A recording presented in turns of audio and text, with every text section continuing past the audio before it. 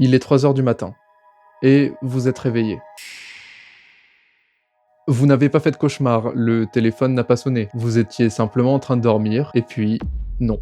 La première chose que vous pensez, ce n'est pas «qu'est-ce que c'est paisible», mais «qu'est-ce qui ne va pas chez moi?»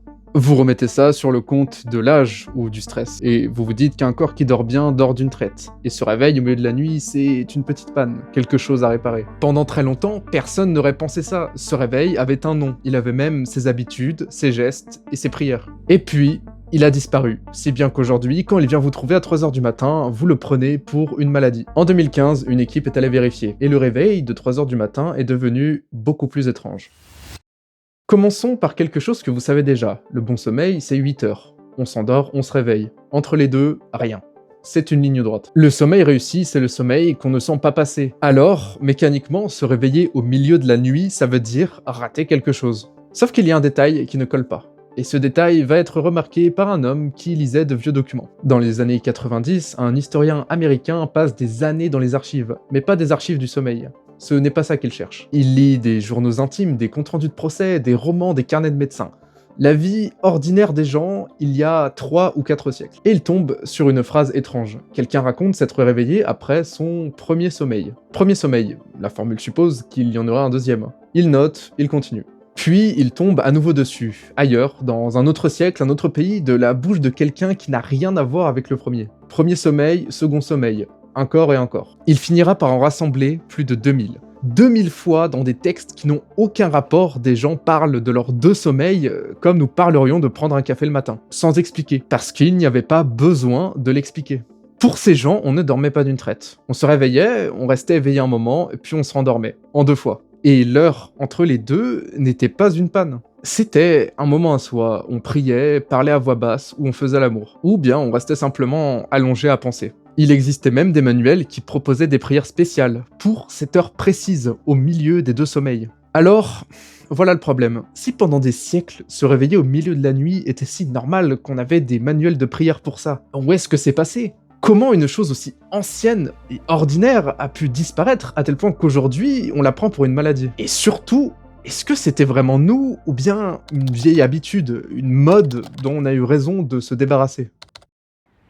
L'historien s'appelle Roger Ekirch, et ce qu'il établit en rassemblant des milliers de références, c'est que ce schéma n'était ni une curiosité générale, ni une mode passagère. C'est la façon dont l'Occident a dormi pendant des siècles. La nuit n'était pas un bloc, c'était 2 versants, avec une clairière au milieu. Et cette façon de dormir s'efface lentement, au cours du 19e siècle. Mais une histoire, aussi bien documentée soit-elle, reste une histoire. Des gens qui écrivent qu'ils dormaient en 2 fois.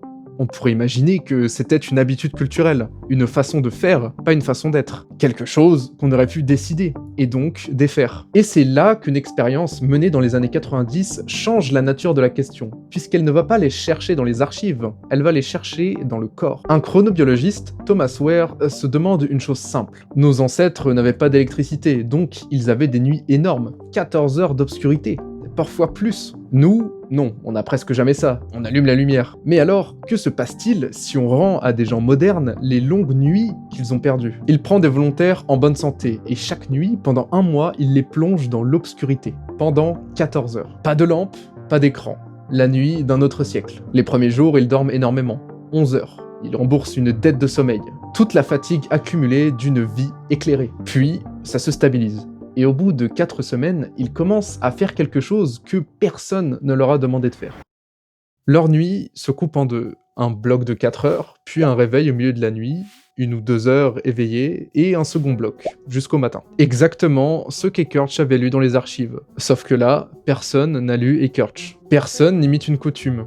Des corps, dans le noir, retrouvent tout seuls une forme qu'on croyait éteinte. Il y a un dernier détail, et c'est le plus beau. Pendant cette heure d'éveil, au milieu de la nuit, Ware mesure leur sang, et il y trouve des traces d'un état très particulier, le même mélange chimique que fabrique le corps pendant une rêverie, ou pendant qu'une mère allaite. Un état de calme profond, sans vigilance, sans urgence. C'est ça qui est étrange, ces gens n'étaient pas réveillés comme on est réveillé à 3 heures de l'après-midi, l'esprit qui tourne, la liste des choses à faire. Ils n'étaient pas réveillés contre leur gré. Il flottait. Le corps qui se repose, l'esprit qui dérive sans s'accrocher à rien. L'état le plus proche peut-être des dernières minutes avant de s'endormir. Sauf qu'il durait 1 heure et qu'on y était parfaitement bien. Et là, l'histoire est presque trop belle. Les archives et le laboratoire disent la même chose. Le réveil de 3 heures du matin n'est pas une panne. C'est un vestige.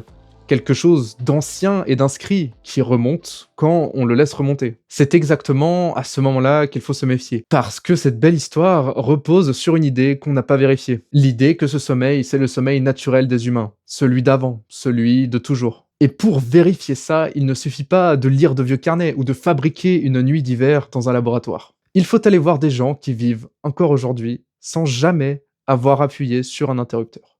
En 2015, quelqu'un est allé voir. Donc, la question est nette. Si le sommeil en 2 fois est vraiment notre nature, celle d'avant les ampoules, alors les gens qui vivent sans électricité devraient l'avoir gardée. C'est le test le plus simple que l'on puisse imaginer. En 2015, une équipe de chercheurs va étudier le sommeil de 3 peuples. 3 groupes qui n'ont ni électricité, ni écran, ni réveil, sans aucun lien entre eux. Des chasseurs-cueilleurs de Tanzanie, de Namibie et un peuple d'Amazonie bolivienne. L'idée est belle dans sa simplicité. On ne lit pas de vieux carnets et on ne fabrique pas une nuit d'hiver dans un laboratoire. On attache un petit capteur sur le poignet de 94 personnes et on enregistre nuit après nuit comment dort vraiment un être humain qui n'a jamais connu l'interrupteur. Plus de 1000 nuits de données. Et là, le sommeil en 2 fois n'est pas au rendez-vous. Ces 3 peuples dorment d'une traite, une seule période la nuit, comme nous. Pas de premier sommeil, ni de second sommeil, pas d'heure de veille au milieu de la nuit. Et tant qu'à briser des certitudes, ils ne dorment pas plus longtemps que nous, 6 ou 7 heures. Et ils ne font pas de sieste tous les jours. Le chercheur qui mène l'étude, Jérôme Sigel, ne prend pas de gants. Selon lui, l'idée qu'on aurait perdu un sommeil ancestral plus riche, plus sage, c'est un mythe. Une belle histoire que l'on se raconte. À l'en croire, le sommeil de nos ancêtres ressemblait beaucoup au nôtre. Alors, qu'est-ce qu'on fait de tout ce qui précède? Des 2000 références des Kirch, des cobayes de Ware qui coupent leur nuit en 2 tout seuls dans le noir. Est-ce qu'on s'est raconté une histoire? Est-ce que les vieux carnets exagéraient et le laboratoire forçait le trait? On pourrait s'arrêter là. Beaucoup de gens qui ont lu l'étude l'ont fait. Le sommeil en 2 fois, c'était une jolie histoire. Affaire classée. Sauf qu'il y a quelque chose qui ne tient pas. Dans cette histoire, 2 camps se contredisent. D'un côté, les archives et les laboratoires qui disent 2 sommeils, et de l'autre, 3 peuples bien réels qui disent un seul. Et notre réflexe, c'est de croire qu'il y a un gagnant et un perdant, que l'un des deux a forcément tort. Mais quand 2 observations soignées se contredisent, il y a une autre possibilité. C'est qu'elles ne parlent pas tout à fait de la même chose, qu'on a regardé 2 situations différentes en croyant regarder la même. Regardez où vivent ces 3 peuples. La Tanzanie, la Namibie, la Bolivie tropicale. Et il y a un détail que personne n'avait pensé à mettre au centre. Ces 3 peuples vivent près de l'équateur, là où la nuit, été comme hiver, ne dure jamais beaucoup plus que 12 heures. La longue nuit, celle des Kirch, celle de Ware, ils ne l'ont tout simplement jamais vécue. Voilà ce que personne ne regardait. Les archives des Kirch, ce sont des Européens, des gens qui passaient les hivers à faire des nuits de 14, 15 ou 16 heures. L'expérience de Ware, c'est exactement la même chose refaite en laboratoire. 14 heures d'obscurité. Parce que le corps, lui, ne suit pas un programme. Il répond à ce qu'on lui donne. Donnez-lui une nuit courte et il dort d'un bloc. Donnez-lui une nuit longue et obscure et au bout de quelques semaines, il coupe la nuit en 2 et il installe une clairière au milieu. C'est ce qu'un chercheur qui a passé des années à étudier le sommeil des sociétés sans électricité finit par formuler clairement. Le sommeil humain n'a pas une forme, il en a plusieurs. Et c'est dans sa nature justement de ne pas en avoir qu'une seule. On a passé des décennies à chercher le sommeil naturel de l'espèce. Et la réponse, c'est qu'il n'y en a pas. Il y a un corps souple qui négocie avec la nuit qu'on lui donne. Ce qui veut dire que le sommeil en 2 fois n'est pas notre vraie nature perdue. Mais ce n'est pas un mythe non plus. C'est l'une des formes que prend un corps humain quand on lui rend la longue nuit. Une forme parmi d'autres, parfaitement réelle, parfaitement normale, tant que les conditions sont là. Et nos conditions à nous, on les a changées, pas avec notre corps, avec un interrupteur. Quand l'éclairage est arrivé, dans nos maisons puis dans les rues, la longue nuit a disparu. Il y a eu de la lumière le soir, des choses à faire. La nuit a cessé d'être ce grand bloc d'obscurité qu'il fallait bien traverser. Elle est devenue du temps que l'on pouvait maintenant remplir. Et rester couché au milieu de la nuit, 2 heures dans le noir à ne rien faire, ce qui était une habitude, est devenu une perte de temps, puis une bizarrerie. puis un problème. On a raccourci nos nuits jusqu'à ce que le second sommeil n'ait pas la place d'exister. Et avec lui a disparu cette heure qu'on n'a plus de mots pour nommer, l'heure de l'entre-deux. Cette heure existe encore. Quand il fait assez sombre et que vous dormez depuis suffisamment longtemps, votre corps la retrouve. Et vous vous réveillez à 3 heures du matin. Sauf que pour vous, il n'y a plus de prière, il n'y a plus de second sommeil qui vous attend de l'autre côté. Il n'y a qu'une question. Dans le noir, qu'est-ce qui ne va pas chez moi? Il y a un mot en médecine pour le réveil au milieu de la nuit. Le fait de se réveiller à 3 heures du matin et de ne pas réussir à se rendormir tout de suite. C'est une plainte courante aujourd'hui, d'à peu près une personne sur 5. Ce mot, ce diagnostic, n'existe pas depuis toujours. C'est un diagnostic récent, d'il y a quelques générations. C'est-à-dire à peu près au moment précis où le second sommeil est en train de disparaître. Le réveil du milieu de la nuit n'a pas été reconnu comme une maladie parce qu'on a appris à mieux observer le sommeil. Il l'a été parce qu'il a cessé d'être normal. Tant qu'il avait un nom, une place, des prières, ce n'était pas un symptôme, c'était une partie de la nuit.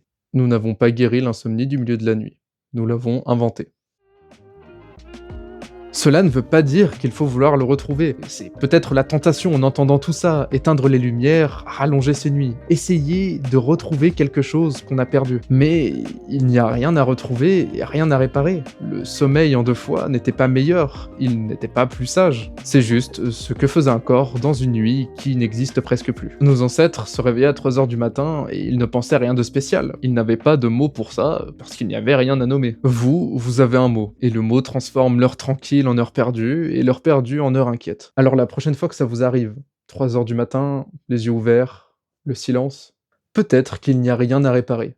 Peut-être que vous vous êtes juste réveillé au milieu de la nuit, comme on l'a fait pendant très longtemps.